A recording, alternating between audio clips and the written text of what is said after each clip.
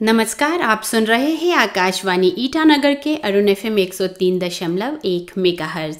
मैं हूँ आपके रेडियो साथी गैर अतर। कार्यक्रम में सभी श्रोताओं का हार्दिक स्वागत है। श्रोताओं, हम सभी मलेरिया बीमारी के बारे में बहुत बार सुना है और हम उसे बहुत अच्छी तरह से जानते भी हैं। लेकिन मेरा सवाल ये है कि क्या आपको पता है कि पूरा जून महीना एंटी मलेरिया मंथ के रूप में मनाया जाता है? हमें उम्मीद है हमारे श्रोता मित्रों को पता होगा, और अगर जिनको नहीं पता है, जी हाँ, आपके लिए मैं बता रही हूँ कि पूरा जून का महीना भारत वर्ष में एंटी मलेरिया मंथ के रूप में मनाया जाता है। जी हाँ श्रोताओं, आज का कार्यक्रम इसी पर आधारित होगा। और इतना मैं समझती हूँ कि हमारे श्रोता और हमारे जितने भी अरुणाचल के लोग हैं, हम इतने तो जागरूक हो गए हैं मलेरिया के प्रति कि अब मलेरिया का केसेस बहुत कम हो गया है राज्य में, जो कि बहुत ही अच्छी खबर है। तो इसलिए हमारी कोशिश इस कार्यक्रम में यही रहेगी कि हम मलेरिया से जुड़ी जो अलग पहलू है, जिन पर हमने कभी बात नहीं की है, उन पर बात किया जाए। मलेरिया क्या इतनी घातक बीमारी है जो पूरा एक महीना इसके लिए हमें जागरूक अभियान चलाना पड़े? क्यों जून का महीना एंटी मलेरिया मंथ के रूप में मनाया जाता है? ये सारी बातें आज हम जानने की कोशिश करेंगे।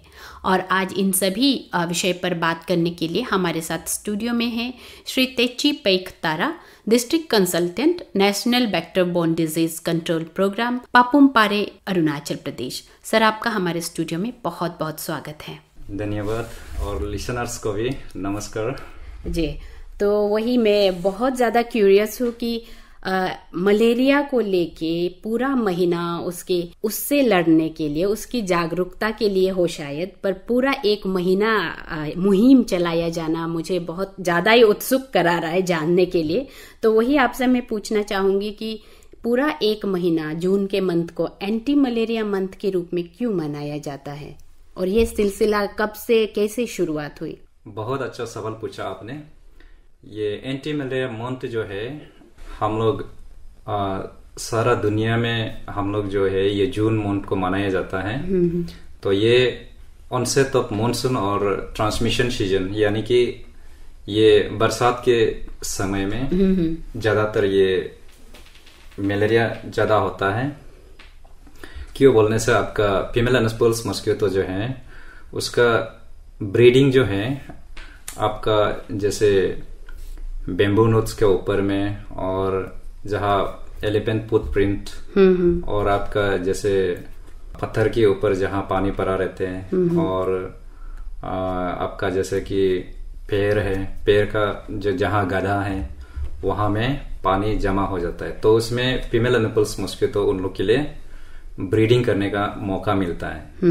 तो हम लोग जो ये सारा मंथ में, जून महीना में, हम लोग जो है मास मीडिया का थ्रू से कैंपेन करता है, और आपका इंटरपर्सनल कम्युनिकेशन, आपका विलेज लेवल में कम्युनिटी पार्टिसिपेशन हम लोग कराते हैं, और आपका जैसे सब सेंटर में PHC CHC लेवल में हम लोग जो है अवेयरनेस हम लोग प्रोग्राम वहाँ मनाता है। ये जो प्रोग्राम जो है आपका शुरुआत बोलने से हम लोग का सबसे पहले 1953 को जब गवर्नमेंट ऑफ इंडिया एक प्रोग्राम लॉन्च किया था, जिसको हम लोग नेशनल मलेरिया कंट्रोल प्रोग्राम का नाम से जाना जाता था। 1953 को यस 1953 को। तो उसमें मेनली हम लोग ये फोकस किया गया है कि DDT स्प्रे जो हम लोग पहले यूज किया था, अभी यूज नहीं करा क्योंकि API हम लोग का बहुत कम हो गया। DDT को हम लोग उस जगह में यूज करते हैं जहाँ API 2 और मोर देन 2। जी, और हम API को भी अपने श्रोताओं को चाहेंगे कि आप बता दें API का मतलब। जी धन्यवाद। API का मतलब ये है कि एनुअल पैरासाइट इंसिडेंस। इसका मतलब ये है कि 1000 पॉपुलेशन का अंदर में एटलीस्ट एक मलेरिया केस जहाँ में निकलता है, उसको हम लोग API 1 करता है। तो हमारा यहाँ तो अरुणाचल में लगभग 0 API है, इसलिए हम लोग DDT इसमें इस्तेमाल नहीं करता है। उसके बाद में हम लोग का आपका NMEP यानी कि नेशनल मलेरिया इरेडिकेशन प्रोग्राम, वो आपका 1958 को फिर इसको मॉडिफाई करके 1953 में जो उन लोग इम्प्लीमेंट किया था नेशनल मलेरिया कंट्रोल प्रोग्राम। तो उसका रिजल्ट को देखते हुए उन लोग थोड़ा सा मॉडिफाई करके फिर 1958 को नेशनल मलेरिया इरिडिकेशन प्रोग्राम बोल के एक लॉन्च किया। फिर उसके बाद चलते चलते आपका 2020 जब 2 आया तो गवर्नमेंट ऑफ इंडिया जो अनदर 5 डिजीजेस को मैंने उसमें शामिल कराया, जिसमें आता है आपका काला अजर, dengue, lymphatic paralysis, Japanese encephalitis and chikungunya.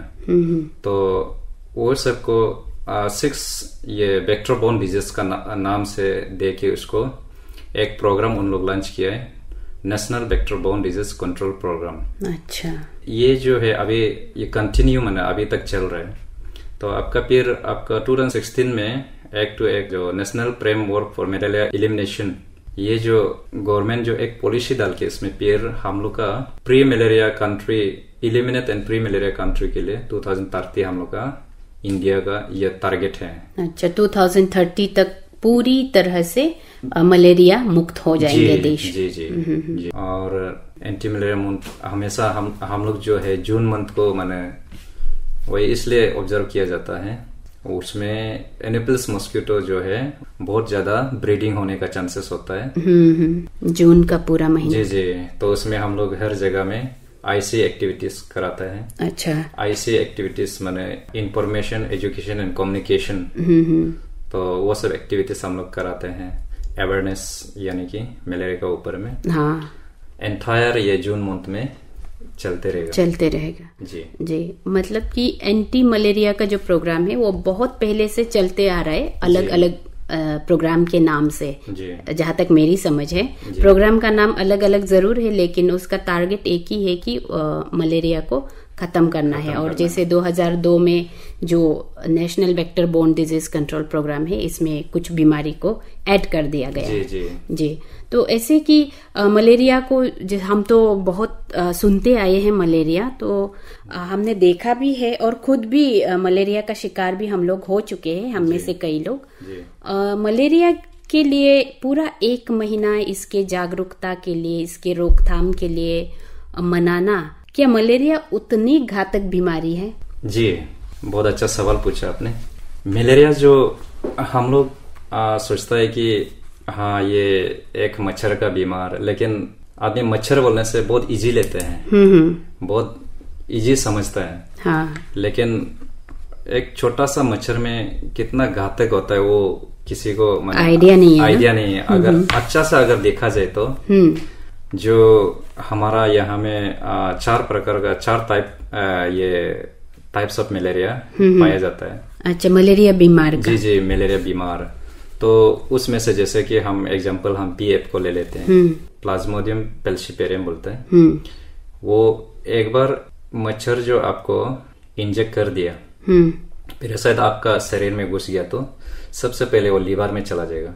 अच्छा। तो लीवर में जाके लीवर में पर्स होल्ड करके उसके बाद में उन लोग जो है लीवर सेल को खा के वहां से फिर 1 से 4, 5, 6 ऐसा मल्टीपल होते जाएगा। अच्छा, लीवर हमारे ऑर्गन के अंदर ही वो मल्टीप्लाई हो जाएगा। जी जी। अंदर एक आपका पैरासाइट अंदर घुस जाएगा, फिर आपका लीवर का अंदर में पूरा उसमें मल्टीपल हो जाएगा।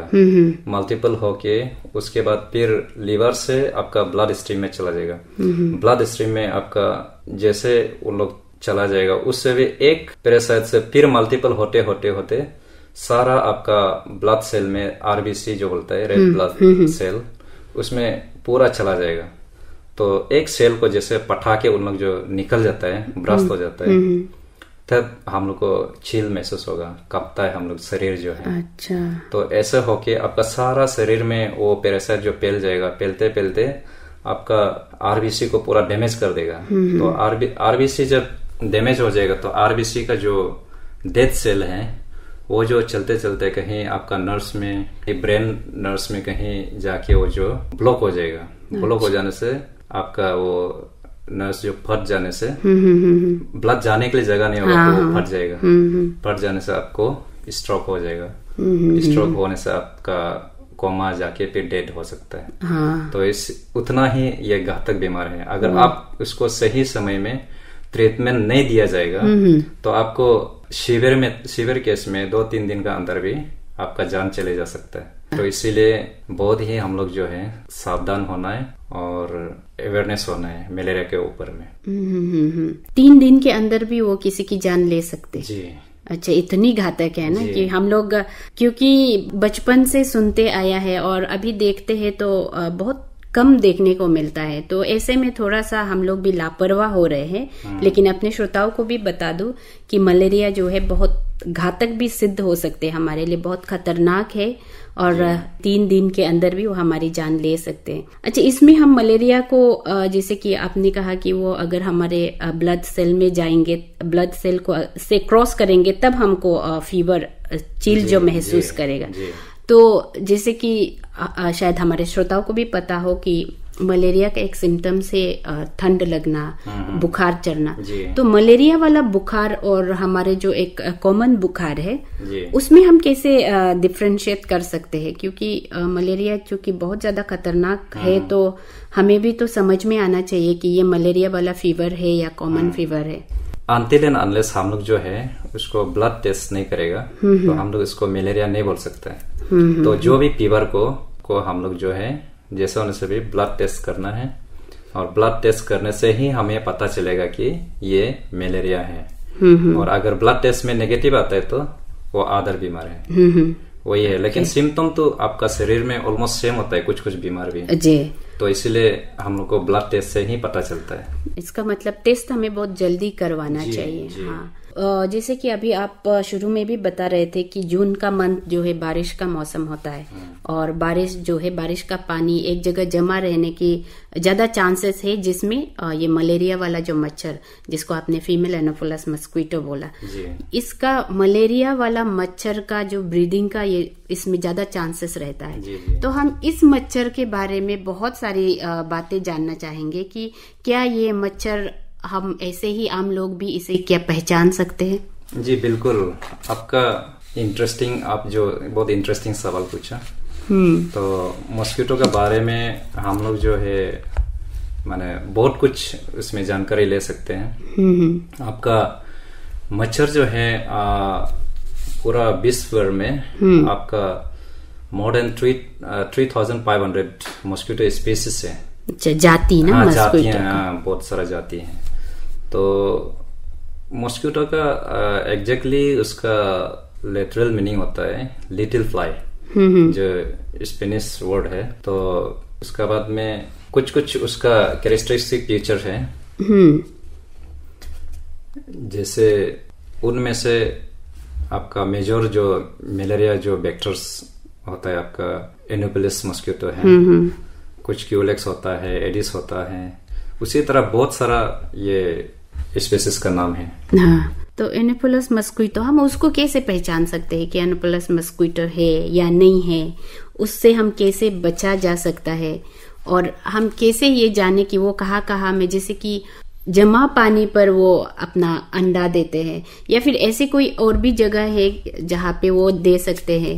एनोफिलस मॉस्किटो का हम आपको एक पहचान बता दूंगा। आपको उसका जो एग से लेके आपका एडल्ट तक मैं थोड़ा सा आपको कॉमन जो कैरेक्टरिस्टिक फीचर्स उसका मैं आपको बता दूंगा। फीमेल एनोफिलस मॉस्किटो पहचानने के लिए उसका अंडा जो है सिंगल होता है। हम लोग नेकेड आई से दिखाई नहीं देगा, लेकिन आपका हैंड माइक्रोस्कोप या तो पावरफुल जो ग्लास से हम लोग जो उसको देख सकते हैं। इसके बाद उसका शेप जो है बोट शेप होता है, बोट नाव की तरह, और वो पानी में ही एग अपना ले करेगा। हाँ, एग पानी में, जो भी स्टेगनेंट वाटर में, वो भी फ्रेश वाटर में, ये नहीं कि गंदा पानी में वो माने एग ले करेगा। अच्छा। उन लोग जो फ्रेश वाटर जहाँ में साफ पानी हो, वो जो है पानी का ऊपर में ठहर के रहेगा। उसके बाद लार्वा में आप आइए तो उसमें हम लोग साइफोन बोलते हैं, जो पूंछ उन लोग सांस लेने में जो यूज करता है। साइफोन जो है उन लोग का पास में नहीं होता है, जो कि आपका क्यूलेक्स में देखेगा, एडिस में देखेगा तो उसमें साइफोन रहता है। उसका बाद आता है आपका पूपा स्टेज। तो पूपा स्टेज में जो रेस्पिरेटरी ट्रम्पेट होता है, वो जो देखने के लिए ब्रॉड होता है और थोड़ा शॉर्ट होगा और ट्रायंगुलर होगा। अच्छा। तो जबकि आपका क्यूलेक्स मच्छर में नैरो होता है और लंबा होता है और ट्यूब जैसा जो दिखता है। और पुपा का बाद आता है आपका एडल्ट, यानी कि मच्छर बन जाता है, एक पूरी तरह एक मच्छर, डेवलप मच्छर बन जाता है। डेवलप मच्छर बन जाता है। तो जब डेवलप मच्छर बन जाने से उसका पहचान फिर आपका पंख पे दिखेगा। तो उसका पंख जो है स्पॉटेड कुछ डॉट होगा, विंग में ब्लैक व्हाइट कुछ उसका बैंड ऐसे दिखेगा। और मच्छर का जो मूंछ की तरह होता है ना, हाँ। उसको हम लोग जो पल्पी बोलते हैं, तो वो जो प्रोबोसिस जो मच्छर खून चूसने वाला वो पाइप का बराबर होता है। पल्पी जो है आपका प्रोबोसिस का बराबर होता है, जबकि दूसरा मच्छर में पल्पी और प्रोबोसिस जो है डिफरेंट होता है। प्रोबोसिस लंबा होता है और पल्पी छोटा होता है।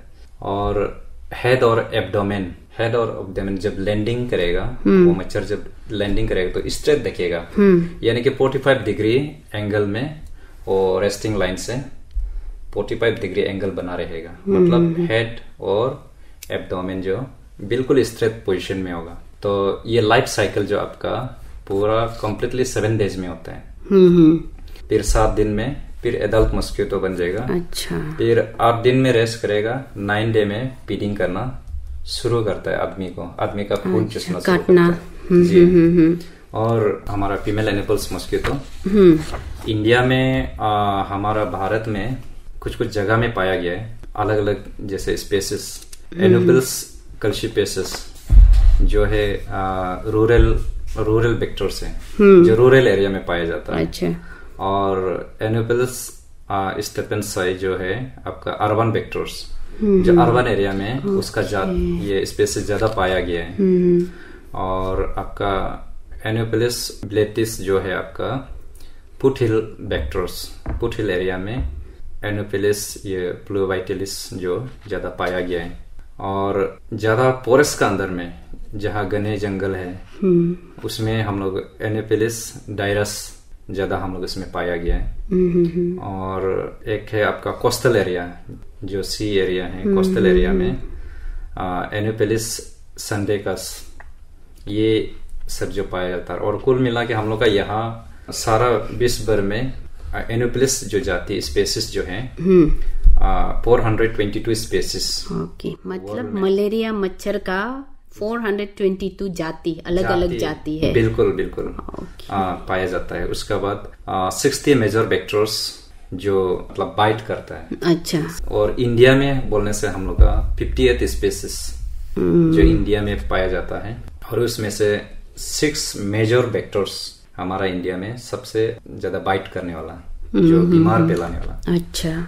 अलग अलग जगह पे अलग अलग तरह के उस जगह को मैच करने वाला मच्छर मलेरिया का खास करके वो पाया जाता है। अच्छा, ये 9 दिन से काटना शुरू हो जाता है, तो वो कितना दिन तक जिंदा रह सकता है? क्या वो मर जाते हैं या उस ब्लड को डाइजेस्ट करके फिर से वो किसी और को काट सकते हैं? जी बिल्कुल। ये जो मच्छर जो है उन लोग का पास भी ब्रेन है, उन लोग का पास भी सेंस है। उन लोग किस पर अट्रैक्ट होता है, तो उन लोग जो है गर्म खून, उन लोग को ज्यादा अट्रैक्ट होता है अपना अंडा को प्रोटीन दिलाने के लिए। उन लोग जो खून पीता है तो उन लोग जो है वार्म ब्लड ढूंढता है। आपको सपोज काट लिया, काटने के बाद में 3 दिन उन लोग जो रेस्ट करेगा और 3 दिन के बाद फिर उन लोग जो है खून चूसने के लिए उन लोग जो है दूसरा जगह फिर चलेगा। अच्छा। या तो वही जगह में आ सकता है। और आदमी का शरीर में पैरासाइट होता है, मच्छर का पास में पैरासाइट नहीं होता है, लेकिन जाने अनजाने में वो मच्छर जो है वो पैरासाइट वाला पेशेंट को काट के चला जाता है। हाँ। फिर उसको खून चूसते समय पहले जो पैरासाइट वो खून पी के रखा है वो जो है मच्छर का ये सलावे में आ जाता है। तो जब दूसरा आदमी को जब खून पीते समय वो सलेवा का थ्रू से वो दूसरा आदमी का शरीर में पैरासाइट घुसा देता है। अच्छा। तो वो भी मलेरिया हो सकता है। तो उन लोग का लाइफ खून पी के जाके मर जाता है ऐसा नहीं है। वो गलत है। तो उन लोग जो क्या होता है कि एटलीस्ट उन लोग का लाइफ स्पान जो है 20 डेज या तो 20 डेज से ऊपर 50-60 डेज भी उन लोग माने सरवाइव कर सकता है। उन लोग इन्वायरमेंट का ऊपर में है। जैसे उन लोग को इन्वायरमेंट सूट करेगा। हाँ। अच्छा, तो 1 महीना से ज्यादा भी उन लोग का लाइफ हो सकता है। क्योंकि अगर हम ये सब छोटी छोटी बातें जानेंगे तो कहीं ना कहीं एक स्टेप तो खुद अलर्ट हो सकता है, अवेयर हो सकता है। इसलिए हम आज यहाँ पे मच्छर से जुड़ी बहुत सारी बातें कर रहे हैं, क्योंकि हमें भी जानना जरूरी है कि, और अगर हम आंकड़ा देखें तो हमारा मलेरिया का बहुत ही कम हुआ है। तो मलेरिया के बारे में, मलेरिया क्या है, कैसे है, इस पर हमारे जितने भी लोग हैं वो बहुत हद तक जागरूक हैं। तो इसलिए हमने सोचा कि आज यहाँ पे हम कुछ ऐसी बातें करते हैं जिससे हमारे श्रोता शायद अभी तक अपरिचित हो, नहीं जानते हो। और मुझे भी बहुत ज्यादा अच्छा लग रहा है, क्योंकि मैं भी बहुत नई नई बातें जान रही हूँ। फिर भी है तो ये एक बीमारी और बहुत ही घातक बीमारी है, तो हम हर किसी को इसको जानना है और खुद को भी जागरूक रहना है और बचने की पूरी कोशिश करते रहनी चाहिए। हॉस्पिटल जितने भी आगे बढ़े, कोशिश यही रहनी चाहिए कि हम हॉस्पिटल तक ना पहुंचे। तो इस तरह से हम खुद को कैसे बचा सकते हैं, इसका क्या क्या प्रिवेंटिव मेजर्स हम अपना सकते हैं मलेरिया से बचने के लिए? जी, मलेरिया से बचने के लिए हम लोग एक चीज तो हम लोग ध्यान देना है, अपना रहन सहन। हाँ, न ये हर जगह हम लोग का जो ब्रदर सिस्टर, जो माँ पिताजी लोग होता है, हम लोग ऑफिस में आके बोलता है मच्छर ज्यादा हो गया। हाँ। आप लोग डिपार्टमेंट काम नहीं करता है, लेकिन ये नहीं देखता है कि आपका कंपाउंड में आप खुद मच्छर को पाल रहे हैं। तो हम रहन सहन को चेंज करना पड़ेगा। मच्छर से स्पेशली मलेरिया मच्छर से बचने के लिए हम लोग क्या करना पड़ेगा, हम लोग जो है हमेशा मच्छरदानी इस्तेमाल करना है। हाँ। और स्पेशली जो long lasting insecticide treated bed net जो गवर्नमेंट सप्लाई दिया जाता, हाँ जी, वो सबको जो इम्प्लीमेंट किया गया, गवर्नमेंट का द्वारा इम्प्लीमेंट किया वाला मच्छरदानी को हम लोग जितना उसके इस्तेमाल करना है, क्योंकि उसमें इंसेक्टिसाइड जो दवाई जो है उसमें ऑलरेडी लगाया हुआ है। तो मच्छर अगर उसको छुएगा तो वो 1-2 दिन का बाद पैरालाइज होके मर जाएगा, या तो उसका अंदर अगर कैद करके रखे 1 दिन में भी मच्छर मर जाता है। तो इसीलिए वो मच्छरदानी बहुत ही महत्वपूर्ण है। और साथ में हम ये कहेगा कि जैसे कि आपका घर का आंगन में, घर का सामने में जैसे बेम्बू प्लांट होता है हर किसी का, तो बेम्बू प्लांट को आप अगर कटिंग करेगा, तो बेम्बू को जब काटेगा तो आप उसमें बिल्कुल नोट्स के बराबर में काटना है। या तो आप कहीं अगर काटने के लिए तकलीफ है, वो जगह में आप बालू या तो मिट्टी जैसे भी मतलब वो बेम्बू का अंदर डाल देना है। अच्छा, भर के रखना है। जी, भर के रखना है, ताकि पानी जमा ना हो। और अपना ड्रेन हमेशा पानी रहने देना नहीं, आपका हमेशा माने पानी को फ्लो करते रहना देना है। उसके बाद में आपका जैसे कि जहाँ में थायर होता है, डिस्पोजल ग्लास है, यहाँ में ऐसे जगह भी हम पाया गया, जैसे कि ट्रिपल है, बड़ा बड़ा ट्रिपल। हाँ। कोई लोग ऐसे पैक के रख देते हैं। ट्रिपल में भी आपका बहुत अच्छा ब्रीडिंग प्लेस है।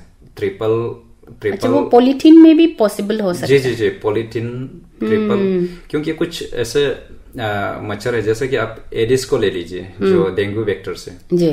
तो डेंगू वेक्टर्स जो है 1 चम्मच वाटर में, पानी में, उन लोग का लाइफ साइकिल पूरा हो सकता। तो हम लोग तो यहाँ में 1 चम्मच तो क्या बहुत सारा पानी ऐसे परा रहने देता है।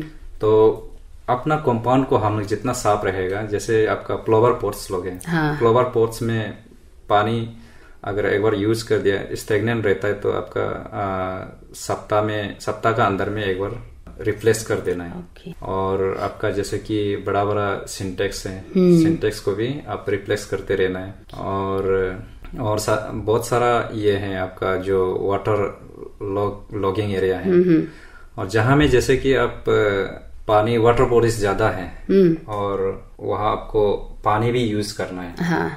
तो आपको उसमें टेमोपोस बोल के कुछ लार्विसाइड कुछ केमिकल मिलेगा, और आप 10,000 लीटर वाटर ये को आप 20 ml ऐसे टेमोपोस डाल के अच्छा उसमें यूज कर ज्यादा पानी जहाँ जमा अच्छा जो आप यूज करते हैं जो पानी को। और ऐसे माने जो यूजलेस पानी है जो आपका कंपाउंड में जो पड़ा रहे उसको ना फेंक सकता है ना उसको हटा सकता है। अगर आपका पानी गंदा है तो गंदा पानी है तो इसमें वेस्ट मोबिल होता है ना जो ग्रेज में जो पाया जाता है जो फेंक देता है, ऐसा मोबिल को जमा करके आप वो पानी में फेंक देना है। तो मोबिल जो है आपका लाइट होता है, पानी जो है थोड़ा ऑयल से थोड़ा सा उन लोग भारी होता है, तो जिसका चलते वो लार्वा जो है सांस लेने के लिए प्रॉब्लम होके अंदर में मर जाता है। तो वो एक आपका गंदा पानी के लिए। और जैसे कि आपका वाटर लॉगिंग ज्यादा है और पानी में एक्वेटिक ये एनिमल्स माने छोटा सा जो जीव है तो वो सबको आप ऐसा कर सकता है जैसे कि मेंढक लोग को नहीं मारना है और आपका जो मछली उसमें छोड़ना है ज्यादा।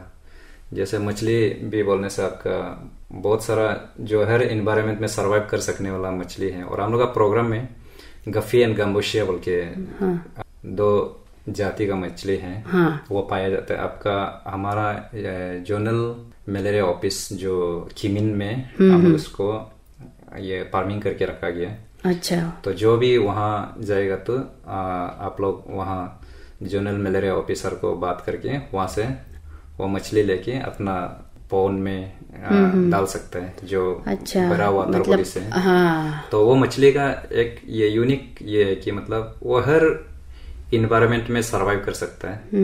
उसके बाद वो इतना छोटा है, ज्यादातर वो लार्वा को खाने में डिपेंड रहता है। और वो मछली जो है इतना अंडा देता है कि अपना आबादी बहुत जल्दी फैला सकता है। अच्छा, और या तो वो मछली आपका पास अवेलेबल नहीं है तो आप जैसे कि बाजार में आप देखने से जैसे थाईलैंड मगर जो बोलते हैं ना, कैटफिश बोलते हैं तो उसको भी आप रख सकता है, वो भी तो जहां भी सरवाइव कर लेता है। अच्छा, तो वो सब मॉस्किटो लार्वा को उन लोग भी बहुत अच्छा से खा लेता है, चोरता नहीं है वो जो। तो इसीलिए ऐसा कुछ कुछ बहुत सारा चीज है, वो सिर्फ नहीं आपका लाइक ड्रैगन फ्लाई जो हम लोग का नेसी में सुकेया बोलता है, वो जो है आपका पोन लेग का सामने में उन लोग भी अंडा देता है। अच्छा, जो अंडा देने से जैसे वो जो है जैसे उसका लार्वा जब एग से निकल जाएगा लार्वा तब से वो जो मच्छर का लार्वा को उल्टा खाने शुरू करता है। अच्छा, ड्रैगन फ्लाई का। जी ड्रैगन फ्लाई जो ऐसा खा के उसके बाद जब वो बड़ा हो जाता है उसका लाइफ साइकिल जब होके जब एडल्ट में आ जाता है फिर वो क्या करता है एडल्ट मच्छर को फिर ढूंढ के खाना शुरू करता है। अच्छा, छोटा से उसको मच्छर ही खाना होता है। जी मच्छर को ही खाना होता है। तो इसलिए जहाँ में ड्रैगन फ्लाई माने ज्यादा होता है वहाँ मच्छर का आबादी भी कम होता है। तो ड्रैगन फ्लाई को भी ज्यादा मारने नहीं देना है और नहीं भगाना है। वही और वो हम ड्रैगन फ्लाई जो स्पेशली हम लोग को माने कुछ हानि नहीं पहुंचाता है बल्कि वो मच्छर को उल्टा खा देता है। हाँ, ऊपर से वो सुंदर भी लगता है ना। हाँ सुंदर भी लगता है, उड़ के रहता है तो। जी तो वो सब बहुत सारा चीज ऐसा है कि माने जो हम लोग प्रिवेंशन और कंट्रोल में हम लोग मच्छर का ऊपर में प्रिवेंशन कंट्रोल कर सकता है। वो इनोवेटिव जो आपका ऊपर में भी होता है। ये नहीं कि हम लोग जितना डिपार्टमेंट बताता है और हम लोग जितना टेक्निकल पर्सन जैसे एडवाइस देता है वो सिर्फ नहीं होता है। जैसे आपका ये साल का जैसे कि हम लोग का टीम में भी ऐसा है, harness innovation to reduce malaria disease burden and save lives. तो आपका ऊपर में वाटर लॉ को मैंने हटा सकना है। जैसे खुद भी दिमाग लगाना है। खुद भी दिमाग लगाना है। और वो जितना हम लोग डिस्कस किया है या आप इनोवेटिव करते करते आपका जगह बिल्कुल मच्छर भी नहीं हो सकते। हाँ, वो भी हो सकता है। मैं तो समझती हूँ कि हमें प्रिवेंशन पर ज़्यादा फोकस करना चाहिए। मेरे हिसाब से प्रिवेंशन ज़्यादा इम्पोर्टेंट है, क्योंकि अगर हम प्रिवेंट कर ले, बीमारी को आने से पहले ही रोक ले, तो सेहत तो अच्छी रहेगी ही, साथ में जो अस्पताल का खर्चा होता है उस पर भी हम बचाव कर सकते हैं। इसलिए इससे पहले कि बीमारी हम तक पहुँचे, उनका जो हम तक पहुँचने का रास्ता है वही हम ख़त्म कर दें। इसलिए प्रिवेंटिव मेजर्स जो है हमें बहुत सख्ती से अपनाना होगा और ख़ुद को मलेरिया से बचाना होगा। जी हाँ श्रोताओ, मैंने शुरू में ही बताया कि जून का महीना एंटी मलेरिया मंथ के रूप में पूरे भारत में मनाया जाता है। तो आज हम इसी विषय पर चर्चा कर रहे थे, जिसके लिए आज हमारे साथ स्टूडियो में थे Shri Techi Pekh Tara, district consultant, national vector borne disease control programme, Papum Pare, Arunachal प्रदेश। सर, आपका बहुत बहुत धन्यवाद हमारे स्टूडियो में आने के लिए और हमें एंटी मलेरिया मंथ और मच्छरों के बारे में इतनी सारी जानकारियाँ देने के लिए बहुत बहुत धन्यवाद। तो श्रोताओं, हम उम्मीद करते हैं आपको कार्यक्रम पसंद आए होंगे और जाते जाते अपने श्रोताओं से यही कहना चाहूँगी कि एंटी मलेरिया मंथ इस अवसर पर, इस महीना, आज हम ये संकल्प लें कि हम मलेरिया के प्रति जागरूक रहेंगे और मलेरिया को अपने तक पहुंचने नहीं देंगे। और जो भारत सरकार का जो टारगेट है कि 2030 तक मलेरिया मुक्त देश होने का, तो हम उस टारगेट को उससे पहले अचीव कर लेंगे। हम विश्वास करते हैं हमारे जितने भी श्रोता हमें सुन रहे हैं वे ये संकल्प ज़रूर लेंगे। और इसी विश्वास के साथ आप सभी श्रोताओं से लेती हूँ विदा। सुनते रहिए आकाशवाणी ईटानगर के अरुण FM 103.1 मेगाहर्ट्ज़। नमस्कार।